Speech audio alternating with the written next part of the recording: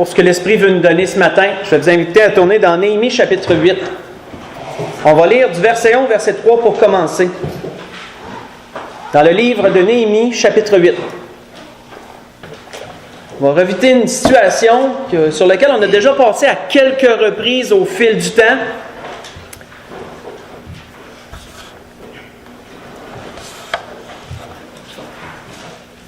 Mais l'Esprit veut faire ressortir quelque chose ce matin pour nos besoins dans cette circonstance qui est survenue. Néhémie chapitre 8, verset 1 au verset 3 pour débuter. Il est dit alors, « Tout le peuple s'assembla comme un seul homme sur la place qui est devant la porte des eaux. » Comme vous vous souvenez, à Jérusalem, il y avait différentes portes. Il y avait 12 portes. On a donné un message là-dessus dernièrement, en fin d'année. Donc, la porte des eaux était l'une de ces portes. Ils dirent à Esdras, le scribe, d'apporter le livre de la loi de Moïse, prescrite par l'Éternel à Israël. Et le sacrificateur Esdras apportait la loi devant l'assemblée, composée d'hommes et de femmes, et tous ceux qui étaient capables de l'entendre. C'était le premier jour du 7e mois. Esdras lut dans le livre depuis le matin jusqu'au milieu du jour, sur la place qui est devant la porte des eaux, en présence des hommes et des femmes, et de ceux qui étaient capables de l'entendre. Tout le peuple fut attentif à la lecture du livre de la loi. On va arrêter là. Comme nous voyons, frères et sœurs, ça devait être assez particulier, où que des milliers de personnes étaient réunies sur une place, il y avait une chaire qui avait été dressée spécialement pour l'occasion. Esdras, un scribe très versé dans les Écritures, qui était venu de l'Empire babylonien, qui était revenu en Terre Sainte, dans le but de réenseigner, de restaurer la loi parmi le peuple d'Israël, vient prendre place et pendant toute une avant-midi de temps, lit dans le livre de la loi, devant tous ceux qui étaient là pour l'entendre. Et chacun fut attentif. Comprenons bien, frères et sœurs, la circonstance ici, il est très important de la comprendre pour la suite. Il faut comprendre le contexte. Comme nous le savons, le peuple juif était tombé un jour sous l'esclavage des Babyloniens, sous le règne de Nabuchodonosor. On connaît un peu cette portion de l'histoire. Jérémie l'avait prophétisé dans Jérémie 25, les 70 années de captivité qu'on entend régulièrement parler. La majorité du peuple avait été déportée à Babylone et il était seulement resté un reste en Israël. Et pendant 70 ans, les gens qui ont vécu à Babylone ont dû s'adapter à une situation qui était vraiment extrême. Ils ont dû s'adapter à un peuple qui ne connaissait pas Dieu, un peuple qui ne craignait pas Dieu non plus. Certains ont eu de terribles épreuves à cause de cela. Quand on lit le livre de Daniel, pas besoin d'y tourner, du chapitre 1 au chapitre 4, tout ce qui nous y est compté sont des exemples d'épreuves que des Juifs qui ont voulu demeurer fidèles à Dieu, à sa loi, ont dû vivre, étant à Babylone, sous l'esclavage. Daniel, pour demeurer fidèle, a réussi à troquer sa nourriture contre des légumes pour demeurer fidèle à Dieu dans son alimentation. Les 3 amis de Daniel ont mis leur vie en péril devant la fournaise pour demeurer fidèles à Dieu et ne pas adorer les idoles que les Babyloniens adoraient. Lorsqu'ils sont revenus, on sait qu'un jour l'Empire babylonien est tombé. Comme tous les empires de ce monde, aucun n'a fait exception. Il y en a un qui tombe, il y en a un autre qui se relève. L'Empire babylonien est tombé un jour. Après Belshazzar, on connaît un peu l'histoire, c'est dans Daniel 5, Daniel 5. Et l'Empire des Mèdes et des Perses s'est élevé. Et il a pris la place, il a pris le contrôle. Le contrôle également sur le peuple juif. On sait que sous l'Empire des Mèdes et des Perses, Dieu a accordé une grâce excellente parce que les 70 années de captivité tiraient à leur fin. Dieu a permis que des portions de peuple puissent revenir en Terre Sainte. Par l'entremise de Cyrus, par l'entremise de Darius, etc., qui étaient des rois des Mèdes et des Perses. Ils ont pu revenir. Sous Esdras, le temple a pu être reconstruit. Sous Néhémie, la muraille a pu être reconstruite. Et là, on se retrouve à cette situation-là où un tas de personnes, après plusieurs groupes qui étaient revenus, étaient tous assemblés pour entendre la loi. Comprenons bien que parmi ces gens, il y en avait qui n'avaient jamais vu le temple de Dieu de leur vie. Parce que souvenez-vous, il y en a qui sont nés dans ces 70 années de captivité, il y en a qui sont nés là-bas. Ils n'avaient jamais vu le temple de Dieu. Et il y en a, les plus anciens, eux l'avaient déjà vu. Mais c'était le premier temple qu'ils avaient vu, pas celui-là qui était reconstruit. Beaucoup moins grandiose à ce moment-là que le premier temple que Salomon avait construit, qui est absolument grandiose. C'est pourquoi dans Esdras, il nous est dit qu'il y en a qui ont pleuré en revoyant le temple. Parce qu'ils pleuraient sur la gloire du temple d'avant, en voyant ce nouveau temple qui était construit, qui n'était vraiment pas pareil. Bien, pas pareil, il faut bien se comprendre, qui n'était pas aussi glorieux, pas aussi magnifique. Il y en a qui n'avaient jamais entendu le livre de la loi de Moïse de leur vie. Ceux qui étaient nés à Babylone, qui entendaient la toute première fois la loi de Moïse, ne l'avaient jamais entendue. Et il y en a qui l'avaient déjà entendue. Les plus anciens, eux, la connaissaient, l'avaient déjà entendue. Il y en a qui n'avaient jamais vu Jérusalem de leur vie. Et là, ils revoyaient une ville qui avait été grandement ravagée et qui était en reconstruction. C'est la première fois de leur vie qu'ils voyaient cette ville-là. La nouvelle génération, elle l'avait jamais vue. L'ancienne génération, elle, ça devait y faire vraiment un sermon au cœur parce qu'eux autres, ils l'avaient vu. Eux autres, ils savaient à quoi qu'elle ressemblait avant. Tout ce beau monde-là était là pour entendre la loi. Et ils l'ont écouté pendant un avant-midi de temps. Quelle a été la réaction? Qu'est-ce qui est arrivé? Si on continue au verset 9, comprenons bien maintenant la circonstance. Si on la comprend bien, on continue à partir du verset 9 au verset 11. Il est dit, Néhémie, le gouverneur, Esdras, le sacrificateur et le scribe et les Lévites, qui enseignaient le peuple, dirent à tout le peuple, « C'est un jour consacré à l'Éternel, votre Dieu. Ne soyez pas dans la désolation et dans les larmes. » Car tout le peuple pleurait en entendant les paroles de la loi. Ils leur dirent, « Allez manger des viandes grasses et buvez ce qui est doux, et envoyez des portions à ceux qui n'ont rien de préparé, car ce jour est consacré à notre Seigneur. Ne vous affligez pas, car la joie de l'Éternel sera votre force. » Et les Lévites calmaient tout le peuple en disant, « Taisez-vous, car ce jour est saint, ne vous affligez pas. » Arrêtons là. Quelle fut, frères et sœurs, la réaction des gens en entendant la lecture de la loi? Ça aurait dû être une journée de joie, ça. Hey, pour la toute première fois, on est à nouveau libre. On est à nouveau libre d'entendre la loi de Moïse. On est à nouveau libre de pratiquer notre foi. Mais ça a été le contraire. Ils entendaient la loi et le peuple était dans la désolation, la Bible nous dit, dans les larmes.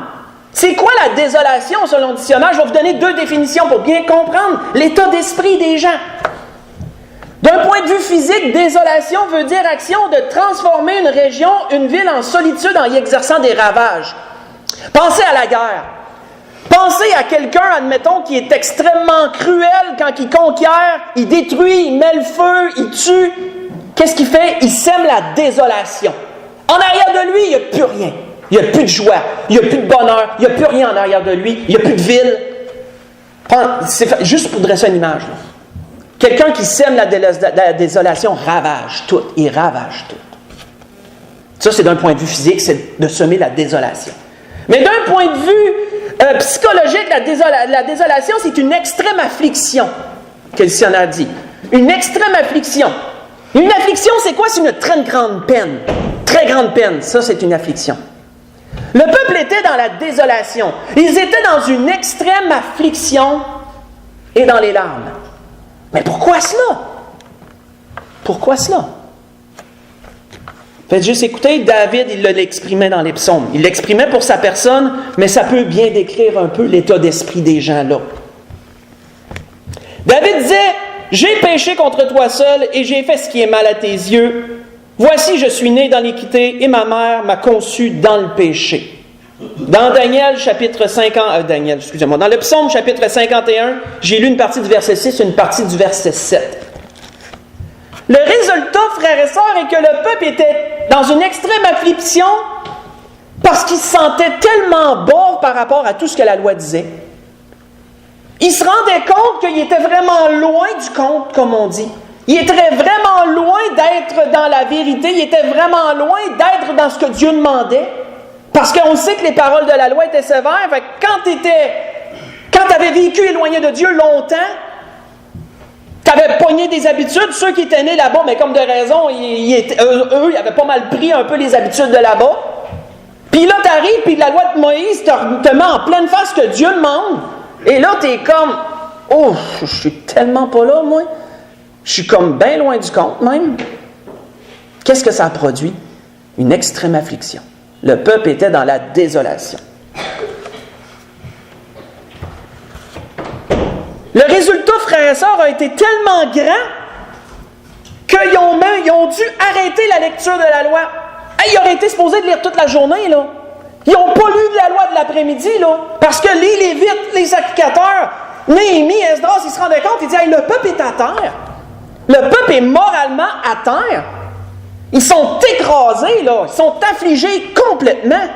On ne peut pas continuer à lire la loi et en renchérir. Qu'est-ce qu'ils ont dit au peuple? Ils ont dit, hey, arrêtez! C'est une journée de bonheur aujourd'hui, c'est une journée de joie, c'est une journée consacrée à Dieu.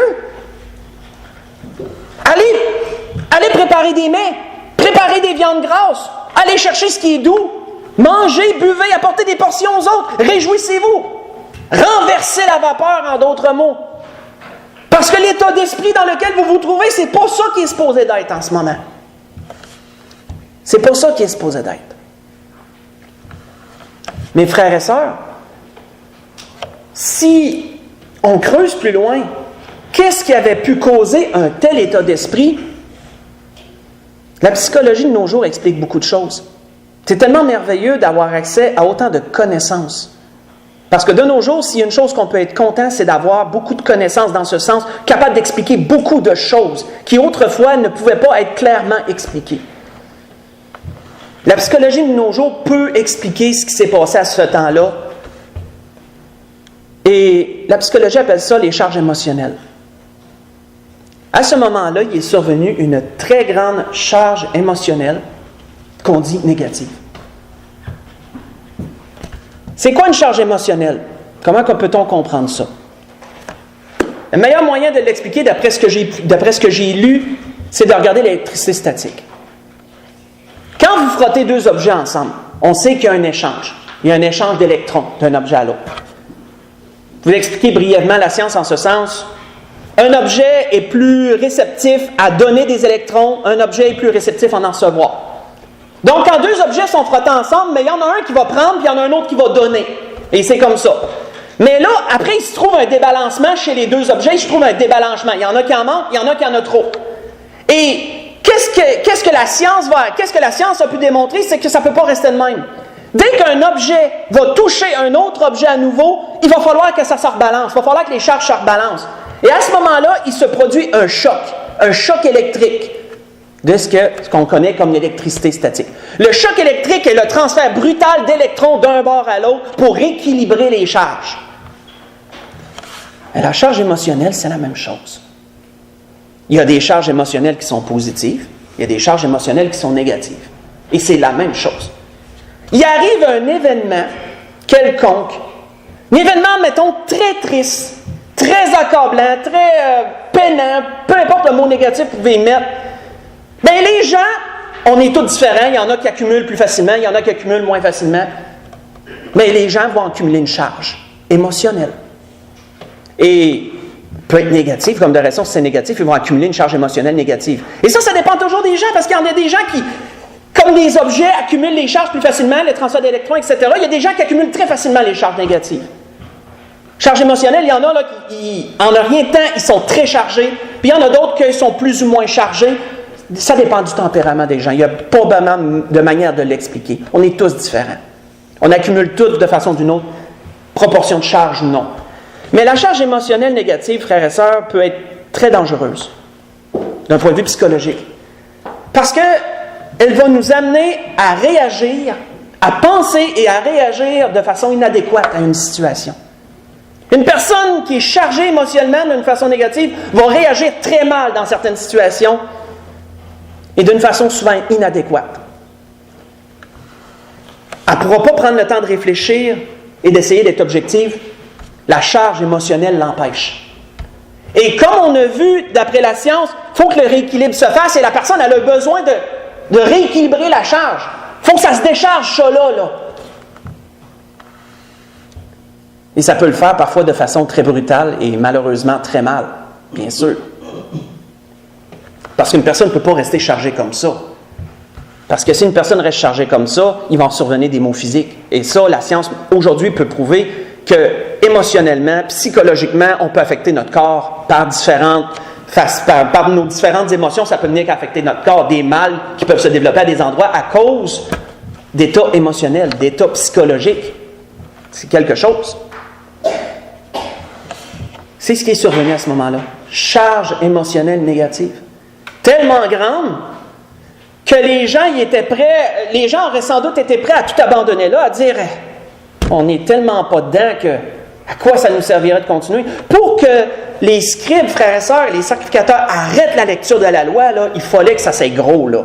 Pour qu'ils décident d'arrêter, d'ajourner ça au lendemain pour continuer le lendemain, puis là dire vous allez vous réjouir après-midi, on va vraiment changer le mood, là, en bon québécois, on va changer l'ambiance, on va ramener les choses telles qu'elles sont, parce que c'est supposé être joyeux aujourd'hui. Il fallait que ça soit dangereux, frères et sœurs. Il fallait que ça soit gros, puis il fallait que ça soit dangereux. C'était pas banal, là, ce qui se passait. C'était pas banal.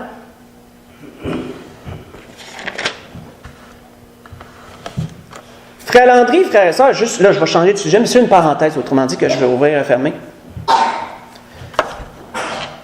Parce que les charges émotionnelles, qu'est-ce qu'ils vont faire? Négatives, entre autres, on parle de ça ce matin. Ils vont éclipser la joie. Ils vont éclipser le bonheur. Quand tu es chargé émotionnellement d'une façon négative, tout est noir.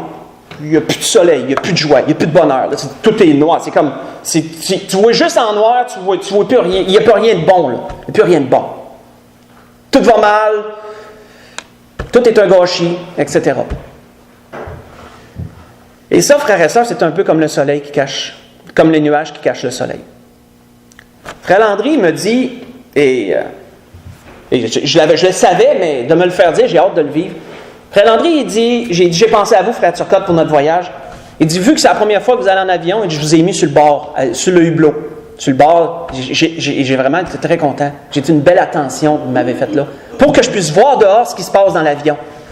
Puis il dit, vous allez voir, il dit que autant que les nuages peuvent être épais, quand on est rendu au-dessus des nuages, on se rend compte que le soleil brille tout le temps.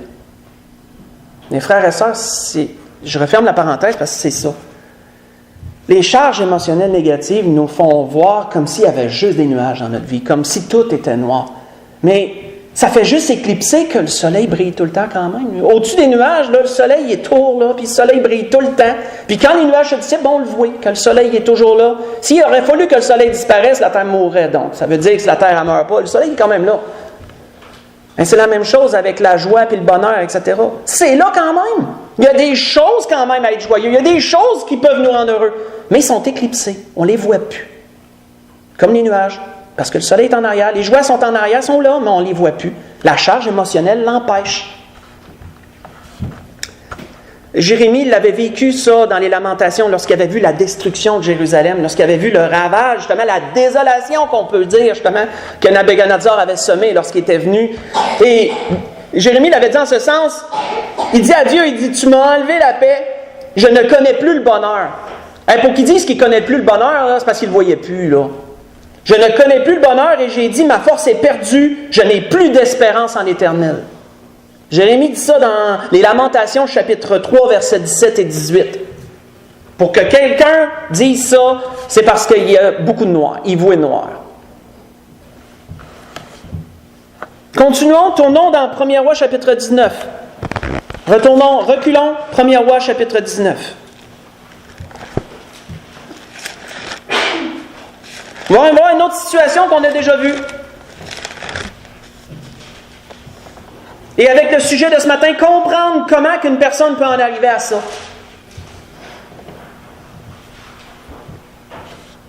Pour vous mettre dans le contexte, 1er Roi chapitre 18 est entièrement consacré à une situation vraiment grande, une situation de choix de la part du peuple. Où que le roi de l'époque, Achab, avec sa femme Jézabel, ont instauré l'idolâtrie, connaît la circonstance, le prophète de Dieu, Élie, convoque tout le monde, met un défi, convoque tout le monde au mont du Carmel, et entre les prophètes de Baal et d'Astarté et lui qui était tout seul, il met le défi, invoquez votre Dieu, je vais invoquer le mien, puis on va voir lequel est le vrai, lequel répond. On connaît la circonstance, on sait que les dieux païens n'ont jamais répondu, et l'Éternel a répondu par le feu du ciel, qui est, selon la parole, une réponse très claire qui vient de Dieu. Ensuite, le prophète Élie fait tuer tous les prophètes de Baal et d'Astarté parce que le peuple, dans un temps de compréhension, a vu ce qui était vrai et ce qui n'était pas vrai. Malheureusement, ça n'a pas duré. Et là, on voit que par la suite, lorsque Jézabel a su ça, elle a dit, Élie est bien mieux de prendre garde à sa vie parce qu'elle dit, comme il a enlevé la vie de ces gens-là, de mes prophètes, je vais y enlever la sienne. Élie a dû fuir. C'est ce qu'on voit quand on lit dans le chapitre 19, verset 1. Achab rapporta à Jézabel tout ce qu'avait fait Élie et comment il avait tué par l'épée tous les prophètes. Et Jézabel envoya un messager à Élie pour lui dire que les dieux me traitent dans toute leur rigueur si demain à cette heure je ne fais pas de ta vie ce que tu as fait de la vie de chacun d'eux. Élie, voyant cela, se leva et s'en alla pour sauver sa vie. Il arriva à Beersheba, qui appartient à Juda, et il laissa son serviteur, parce qu'on sait qu'Élisée était avec lui. Pour lui, il alla dans le désert, où après une journée de marche, il s'assit sur un genêt et demanda la mort en disant, « C'est assez, maintenant, Éternel, prends mon âme, car je ne suis pas meilleur que mes pères. » On va arrêter là. Comment quelqu'un, frère et sœur, peut en arriver au point de demander à Dieu d'ajourner sa vie? David nous le dit qu'aux yeux de Dieu, il y a un temps pour la vie de chacun. Dieu connaît le début, Dieu connaît la fin. Comment peut-il en arriver à un point que tu dises à Dieu, moi je veux que tu arrêtes ça là, je veux pas que ça continue demain, je veux que ça finisse aujourd'hui? Les charges émotionnelles, frères et sœurs, sont la réponse. Charge émotionnelle négative est la réponse à cette question. Comment quelqu'un peut en arriver à ça? Quand quelqu'un est tellement chargé émotionnellement de façon négative et qu'à voix totalement noire, c'est une des choses qui peut survenir. Comprenons bien qu'Élie n'était pas suicidaire. Élie n'a pas pensé à s'enlever la vie, mais il a demandé à Dieu de la terminer, par exemple. Et c'est une demande assez peu ordinaire que de demander à Dieu une telle chose. Élie se sentait comment? Élie se sentait seul. Il ne se sentait pas à la hauteur. Il sentait qu'il avait failli. Parce qu'il dit, je ne suis pas meilleur que mes pères. Hein? Il y en a eu d'autres prophètes avant lui. Pas eu beaucoup, parce qu'il était dans les premiers. Mais il y avait eu quand même Samuel avant. Et Élie, il se sentait, il dit, je ne suis pas mieux que les autres. Il dit, j'ai failli. Même avec l'épisode du Carmel, même quand que tout a été manifesté, que Dieu s'est manifesté, je suis encore tout seul. Il dit, je ne suis pas meilleur qu'un autre. Il dit, j'ai tout manqué. Hein, j'ai tout raté, autrement dit. Puis là, ça ne sert plus à rien. Seigneur, enlève ma vie. Il y en a un autre qui s'est senti de même un jour. La Bible nous en parle. Et qu'est-ce que la Bible nous dit sur cet homme-là?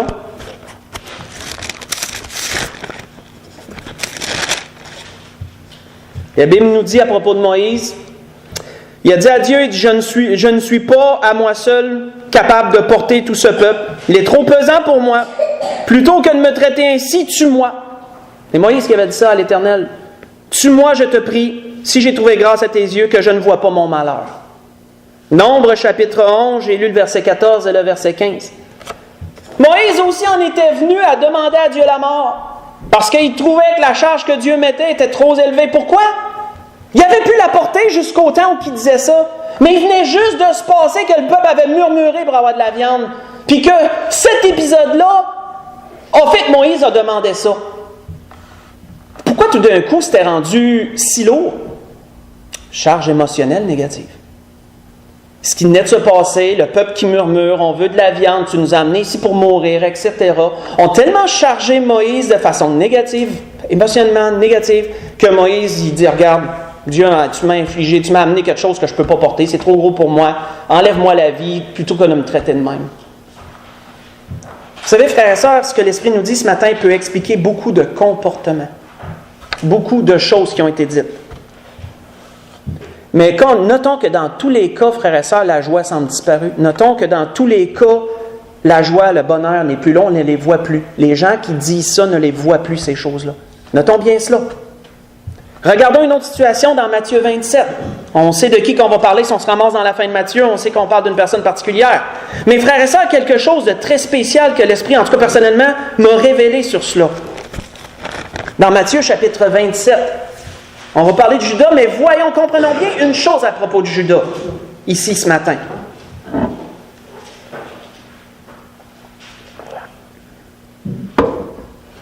Dans Matthieu chapitre 27, on va lire à partir du verset 1.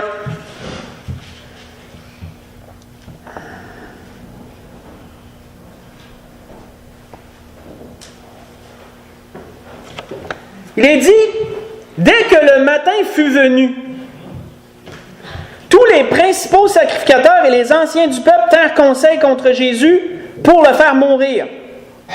Alors, notons bien, Jésus a été arrêté, il a été amené. On sait que, aux yeux, en dehors de la vue de tous, pendant la nuit, il y a eu un genre de procès, où que le cœur de ceux qui voulaient l'accuser se sont manifestés, voulaient sa mort, puis se sont arrangés pour réussir à avoir le nombre pour le faire, la majorité, autrement dit, pour le faire. Dès le matin, ça devenait officiel, ça devenait clair que Jésus s'en allait pour être exécuté, ça devenait clair qu'il allait amener son cas à Ponce Pilate pour qu'il soit exécuté. Ça devenait clair pour qui? Ça devenait clair pour tout le monde alentour qui entendait ça, là, qui voyait ça. Parce que pendant la nuit, c'est pas tout le monde qui savait ce qui se passait, mais ça devenait clair pour tous. Dès le matin fut venu, les principaux sacrificateurs, les anciens du peuple tinrent conseil contre Jésus pour le faire mourir. Et après l'avoir lié, ils l'amenèrent et le livrèrent à Ponce Pilate, le gouverneur. Là, notons, frères et sœurs, que tous ceux qui savaient que Jésus avait été arrêté, tous les apôtres, entre autres, et ceux qui peut-être se rendaient compte le matin, ont vu les sacrificateurs amener Jésus lié, ils l'ont vu l'amener à Ponce Pilate. Ça a été vu, ça. Qu'est-ce qu'il nous est dit par la suite? Alors Judas, voyant qu'il l'avait livré, voyant qu'il était condamné, se repentit. Non, là, il y a quelque chose qu'il faut comprendre ce matin. C'est qui il? Voyant qu'il était condamné, est-ce qu'il parle de lui-même? Il parle de Jésus. Voyant qu'il était condamné. Oh, ça, là, l'esprit me frappait. Attends une minute. Est-ce que Judas savait que les sacrificateurs voulaient le faire mourir? Jésus? Savais-tu ça, Judas? Il était-tu dans le secret pour connaître le plan? Il ne connaissait pas le plan, frères et sœurs.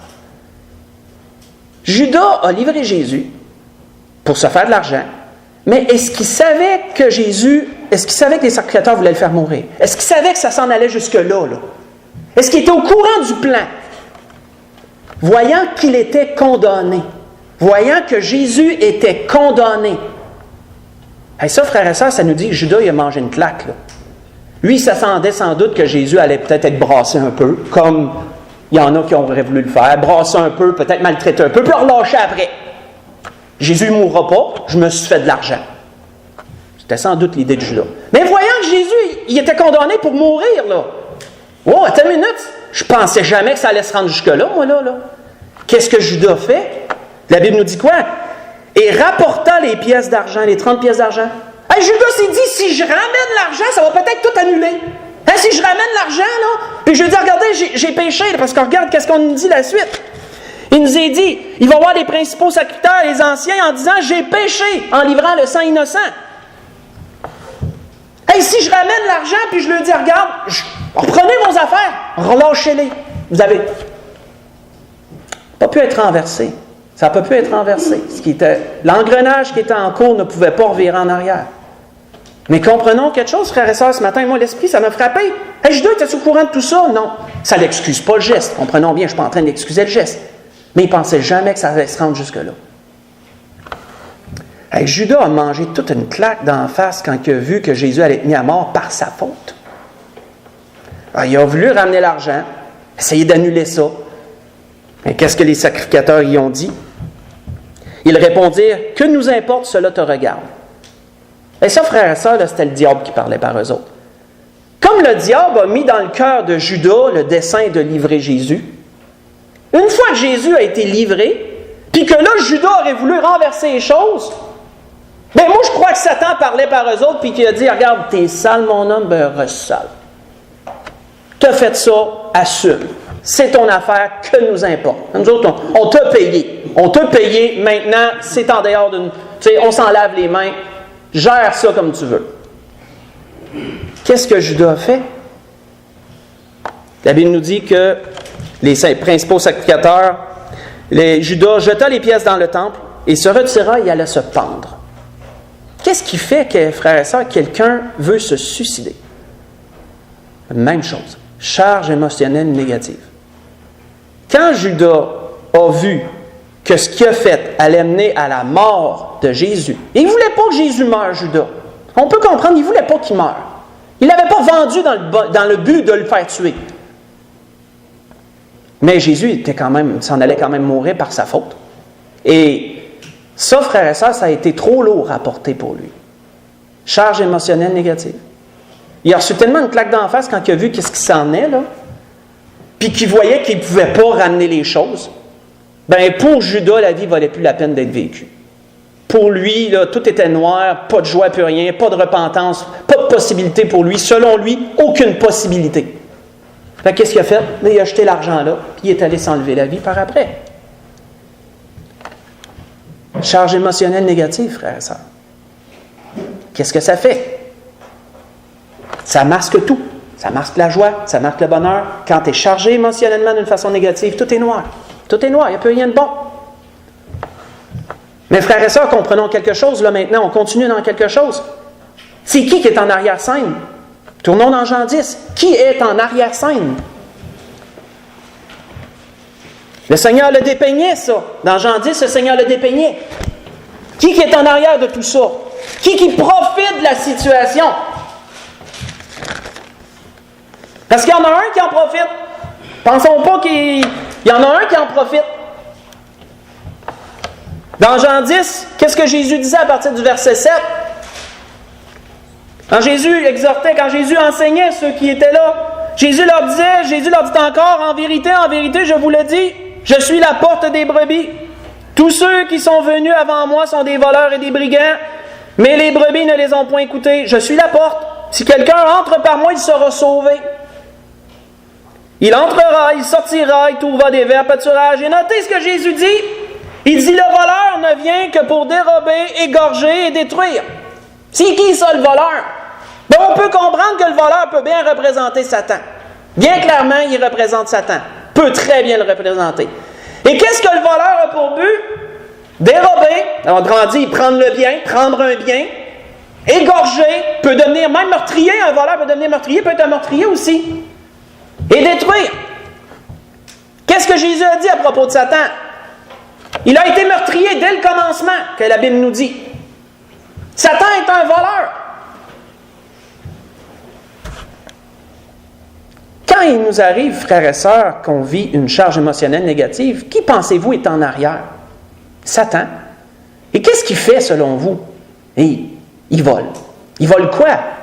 Il vole la joie. Il vole le bonheur. Il vole l'espérance. Il vole tout ça. Parce que, comprenez bien, Satan, il s'en fout de vos biens. Hein? Vous n'avez pas avoir l'argent du monde, Satan, il n'essaie pas de voler votre argent. Il s'en fout de votre argent, Satan. Mais Satan, lui, qu'est-ce qu'il a perdu? Lui, il a perdu l'espérance éternelle. Lui, il a perdu la joie, Satan. Il a perdu le bonheur. Ça, il l'a perdu. Alors, qu'est-ce que vous pensez qu'il veut voler, Satan? Il veut voler la joie. Il veut voler le bonheur. Il veut voler l'espérance. Il veut voler tout ce qu'il a perdu. L'argent, il s'en fout. Il l'a dit à Jésus de toute manière, il l'a dit, le monde y appartient présentement, temporairement. L'argent, il s'en fout. Il veut votre bonheur, il veut votre joie, il veut votre espérance. C'est ça qu'il veut, Satan. Et quand vous vivez une charge émotionnelle négative, ben, c'est comme un bon temps. Parce que vous savez, le voleur ne vole pas n'importe quand. Le Seigneur l'a dit dans une parabole que le voleur vole la nuit. Le voleur ne volera pas quand vous êtes là. Il va attendre que vous soyez endormi ou que vous soyez parti. Et ensuite, il va venir. Comme celui qui égorge. Celui qui égorge, il ne fera pas ça en plein jour devant tout le monde. Il va attendre que quelqu'un soit tout seul dans une ruelle, puis ensuite, il va le pogner, puis il va le tuer. Il y a toujours un temps propice pour qu'une chose arrive. Mais c'est la même chose avec Satan.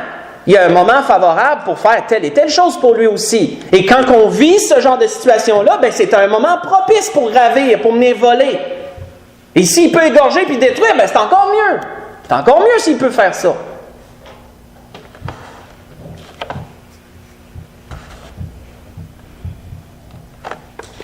C'est une bonne situation pour lui, frères et sœurs. Et survient une chose dans la parole, l'apôtre Paul avait dit ça aux Corinthiens, mais on peut très bien le représenter ce matin.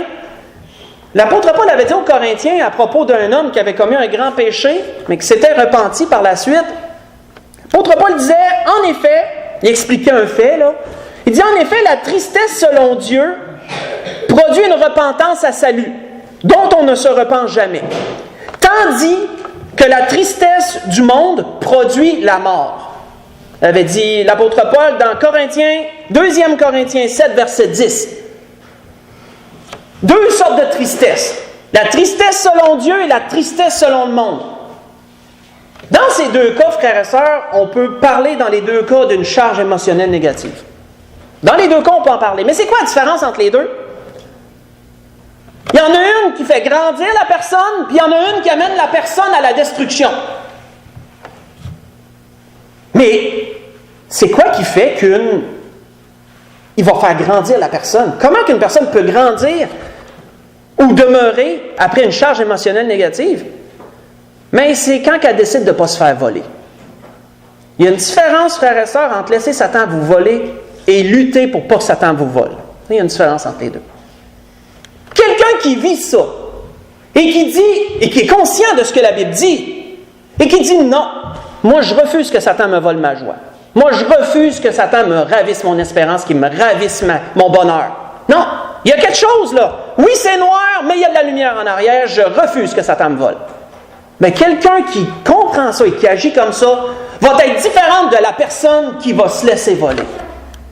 Et la tristesse selon Dieu va produire une repentance à salut, et la tristesse selon le monde va produire la mort. À cause de ce fait. Et de la façon qu'on y réagit à ça. Pour conclure, tournons dans Philippiens chapitre 4, pour conclure. C'était le sujet que l'Esprit voulait nous donner ce matin, à comprendre. On a vu une situation d'anémie. On a vu une situation qui aurait dû être joyeuse. Liberté de culte et de pratique à nouveau après 70 années de captivité. Mais le peuple réagit très négativement à cause qu'il se voit extrêmement pécheur, se voit extrêmement sale et incapable d'accomplir la loi, etc. Et le peuple tombe dans la désolation, dans la tristesse. Charge émotionnelle très négative, le peuple est accablé.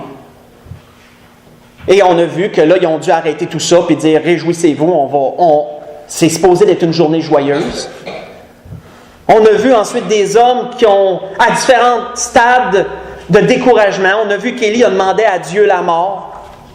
On a vu que Judas s'est enlevé la vie, toujours à cause de ce fait en arrière-plan, les charges émotionnelles que ces gens-là vivaient dans les circonstances qu'ils vivaient. Et on a vu que quelque chose qui est unique, il y a quelque chose qui est vraiment dans tous les cas et là, c'est qu'il n'y a plus de joie. C'est que ça l'éclipse la joie, ça l'éclipse le bonheur, ça éclipse l'espérance, ça éclipse tout. Et on ne les voit plus, ces choses-là. On voit juste le noir. Et c'est dangereux quand on voit juste du noir parce que comment qu'on va réagir à ça? La psychologie nous démontre qu'on peut réagir souvent de façon inadéquate. Ça veut dire que ce n'est pas la bonne façon d'agir face à une situation. On peut réagir sans réfléchir ou sans du moins totalement bien réfléchir. Il y a des choses qui peuvent survenir. On a vu que Jésus l'a bien dit, qu'il y en a un acteur en arrière-plan. Lui, c'est un voleur. Il vole, il égorge, il détruit. Et la joie, le bonheur, c'est ce qui l'intéresse. Parce qu'il l'a pu. L'argent, il s'en fout. On a vu deux sortes de tristesse, comme on vient de voir, la tristesse selon Dieu, la tristesse selon le monde.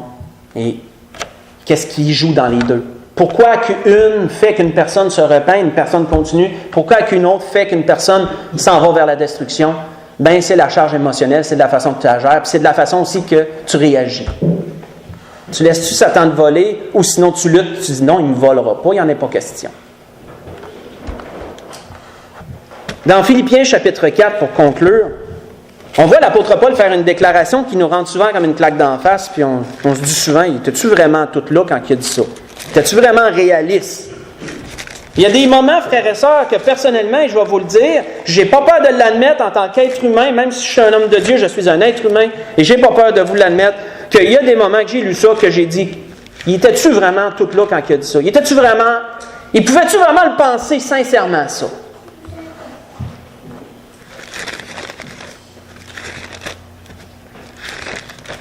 Quand l'apôtre Paul a dit, à partir de Philippiens chapitre 4, à partir du verset 4, Réjouissez-vous toujours dans le Seigneur. Je le répète, réjouissez-vous. Ben frère, ça moi aussi, j'ai déjà regardé ces versets-là, puis je vais vous le dire, me dit. Comment il est capable de dire ça? Pouvais-tu vraiment, sincèrement me dire ça? Hey, je ne file vraiment pas me réjouir, moi, là. Réjouissez-vous toujours dans le Seigneur. Il dit que votre douceur soit connue de tous les hommes. Le Seigneur est proche. Ne vous inquiétez de rien, mais en toute chose, faites connaître vos besoins à Dieu par des prières, des supplications, avec des actions de grâce. Et la paix de Dieu, qui surpasse toute intelligence, gardera vos cœurs et vos pensées en Jésus-Christ. Arrêtons là. Frères et sœurs, l'apôtre Paul, il n'était pas en train de dénier la réalité, comme on pourrait le penser. Il n'était pas en train de dire, ben c'est facile de se réjouir. Vous avez juste à vous réjouir. Ha ha ha, je suis réjoui. Vous avez juste à vous réjouir, c'est facile. Pas ça qu'il est en train de dire. Il n'était pas en train de dire que les malheurs, ça n'existe pas, puis qu'il y a juste des beaux petits oiseaux, puis des beaux soleils bleus, puis des petits oiseaux. Il n'est pas en train de dire ça non plus. L'apôtre Paul est en train de dire, frères et sœurs, tu choisis-tu de te faire voler ou de ne pas te faire voler? Si tu choisis de te réjouir dans le Seigneur, c'est que tu luttes, tu dis non, je ne me fais pas voler. Il y a des joies, le Seigneur en a donné, je me réjouis en lui. Je vais aller puiser la joie en lui, le Seigneur en a, et ça va s'éclipser. Quelqu'un qui comprend ça va se réjouir dans le Seigneur. Oui, c'est possible. Ce n'est pas un déni de la réalité, ça. Mais l'apôtre Paul comprenait qu'on ne se laisse pas voler. Parce que si tu te laisses voler, tu ne seras pas capable de te réjouir toujours dans le Seigneur. Parce que tu te laisses voler. Mais si tu ne te laisses pas voler, c'est ça qui va arriver. Tu vas être capable de te réjouir pareil, même dans des situations difficiles. Tu vas être capable d'aller puiser, d'aller chercher ce qu'il y a de bon. Là. Il y a du bon quand même. Il faut juste le trouver. Il y en a. Dieu peut en apporter. La Bible nous dit que tout concourt au bien de ceux qui aiment Dieu après tout. Ça veut dire que c'est vrai. Et si on comprend, frères et sœurs, maintenant, dans Néhémie 8, pourquoi ils ont terminé en disant « La joie de l'Éternel sera votre force », mais c'est exactement ça. Tout retourne ensemble. Laissez-vous pas voler. Réjouissez-vous. C'est une journée joyeuse. Il n'y a pas histoire à être triste. Et la joie de l'Éternel va être votre force. La grâce que je nous souhaite, frères et sœurs, si on a eu à faire face à ça, si on a à faire face à une charge émotionnelle négative, souvenons-nous qu'il y en a un en arrière qui veut vous voler. Et souvenez-vous que c'est à vous de dire non ou de le laisser faire. Et ça, vous avez la puissance parce que le Saint-Esprit qui est en nous nous la donne. Et elle vous est accessible. Et si vous mettez votre pied à terre et vous dites non, bien Satan ne sera pas capable de vous voler. Mais si vous laissez faire, vous allez être volé. Et ensuite, il peut en venir des situations tristes et malheureuses que personne ne souhaite. C'était ce que l'Esprit voulait vous donner ce matin. On peut se lever pour le dernier cantique.